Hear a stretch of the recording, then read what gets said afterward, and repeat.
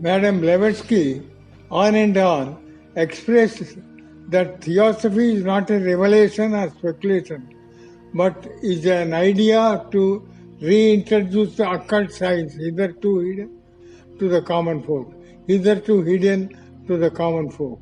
It speaks about and describes reality at a physical and metaphysical phases. It is preserved and practiced by selected and trained individuals throughout the historical times. It is a description or learning to transcend the limitation of the senses and move on to arrive at metaphysical means of knowledge and wisdom. It provides a philosophy to bring out the unified world view, synthesizing the scientific, philosophical, and religious ways of learning. Its basic proposition is that there is an undying, avinashi, unconditioned, aparimita, indivisible, avibhajya, invisible, adrusya, truth that is commonly called the Absolute. It is an unknown root, agrahya mula, and cannot be comprehended, achintya, by human mind and consciousness. Periodically, it comes down to create universes, worlds, and beings there. It allows them expand, develop, and ultimately come back to its state of being.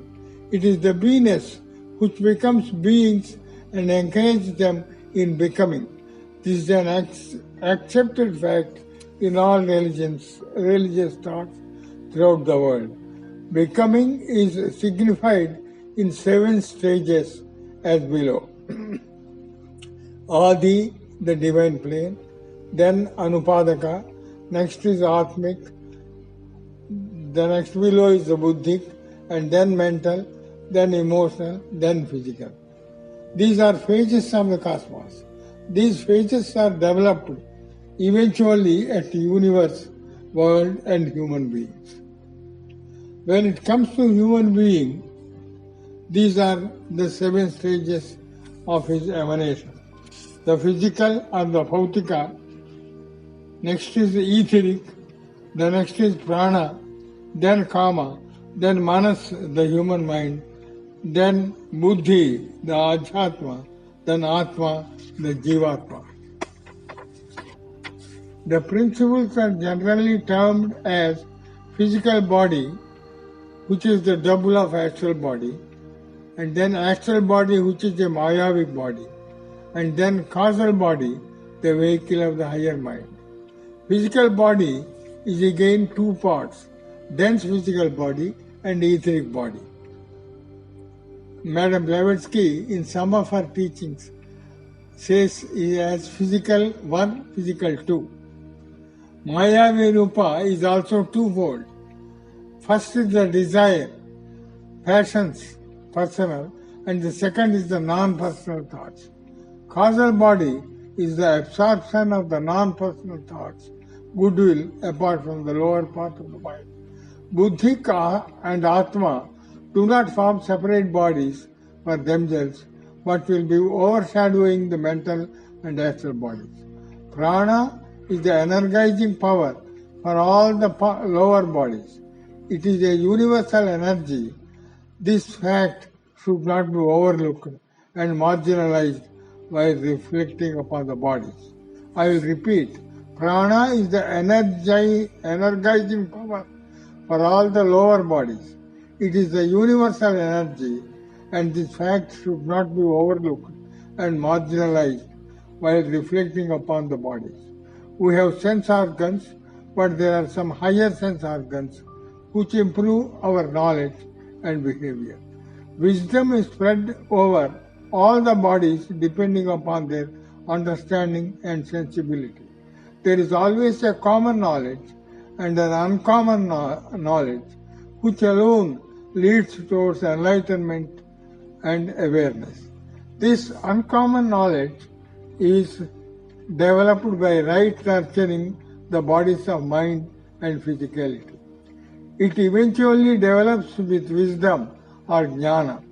The human being can be likened to a bird which has two wings. The human wings are discrimination and desirelessness, popularly known as Viveka and Vairagya in the Hindu thought. As a matter of fact, and as a matter of esoteric fact, the physical body, Sthula Sharira or Bhautika Sharira, is not a principle of the human being, but only a vehicle acting as his conscious developer. I repeat the word conscious developer. Mind is the primary vehicle of knowledge, but higher to this, the buddhic factor of the light of knowledge dawn upon, that is association, that in association with Atma, higher self of the human being. The seven principles of the human being are gradually nurtured by nature in terms of experience and knowledge derived in them. Here enters the field of karma and reincarnation. Karma is a simple term meaning action. This is the cause which invariably brings effect. Cause and effect, karya karana sambandha, as is told in Hindu books, is a doctrine available in all physical behavior patterns. Every action has a reaction. In fact, reaction is also action that rebounds endlessly. In the modern context, this is also explained as challenge and response. Life is full of challenges, and the way a human person responds to the challenges makes the causes and effects. Mind analyzes the situation of challenge, but it cannot fully answer or respond to them. It is only the buddhi or the awakened mind that can reasonably and unambiguously respond to the situation. How one controls the mind and the faculty of buddhi is the responsibility of the individual human being. That is where the human being becomes a maker or a marrer or destroyer of the life before him.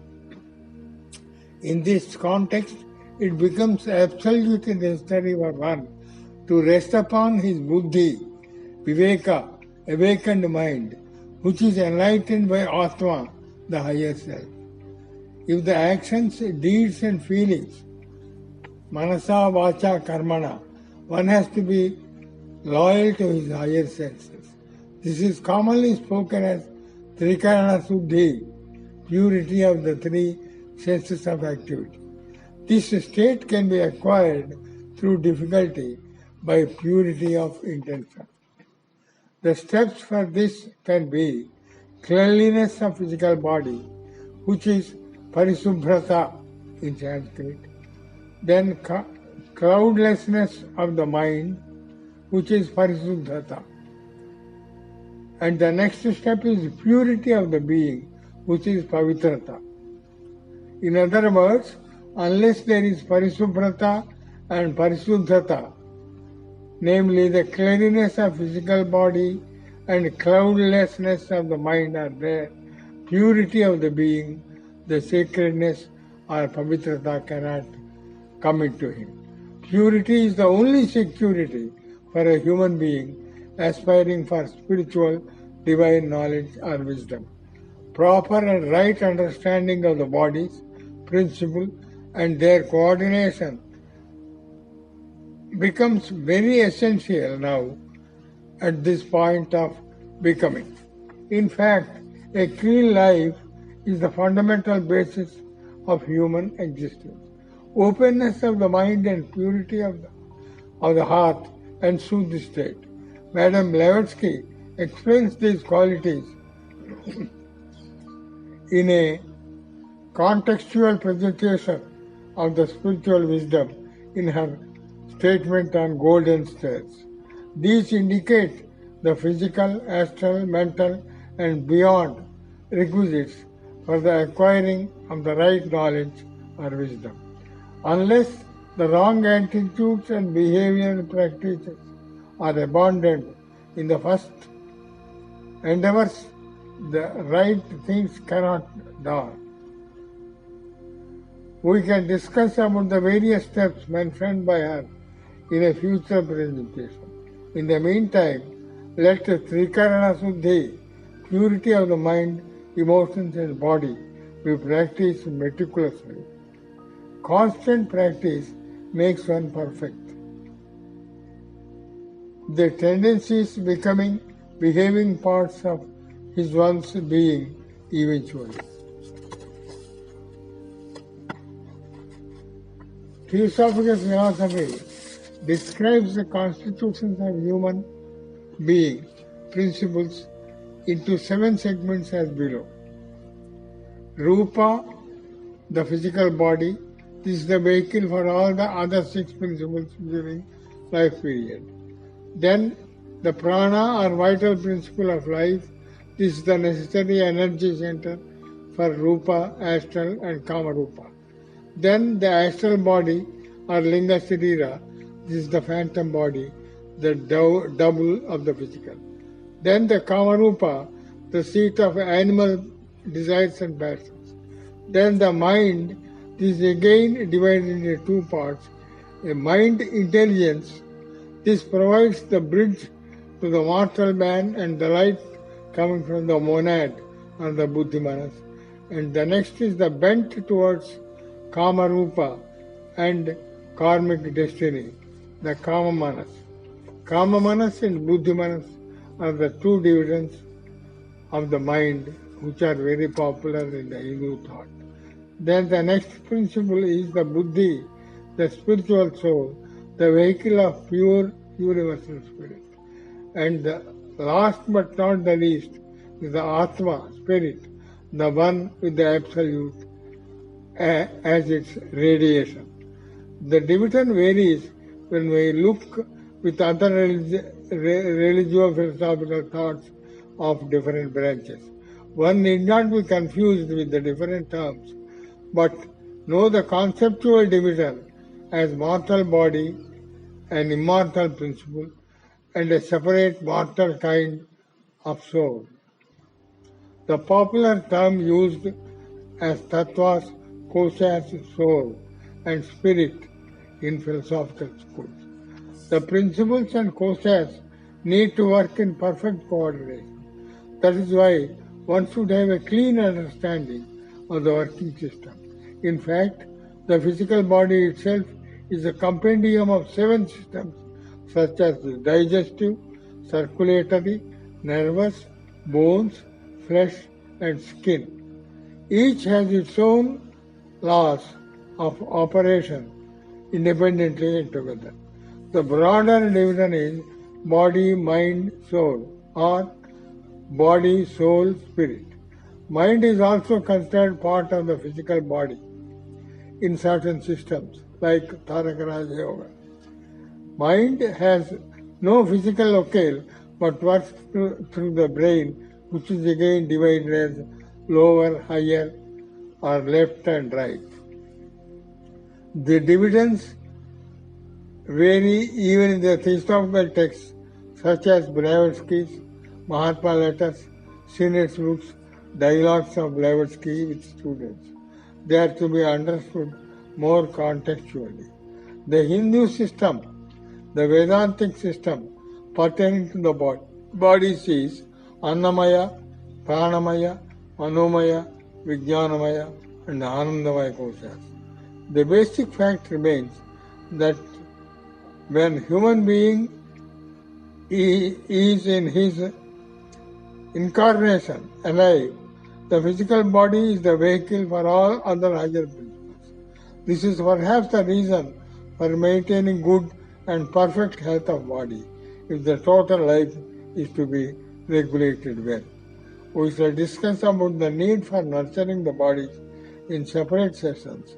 This is broadly termed as self-culture as an stage in ancient system. In the meantime, let us try to digest the fact that a real man is his manas, higher level, Buddhi, the wisdom, and Atma. Or, in oversimplification, an MBA. He will be the master of becoming or being an Atma when he adapts himself to the right rules of administration, meaning the culture and progression.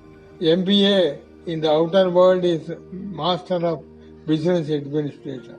Here it is Manas, Buddhi and Atma, which are the same as the master, business and administration.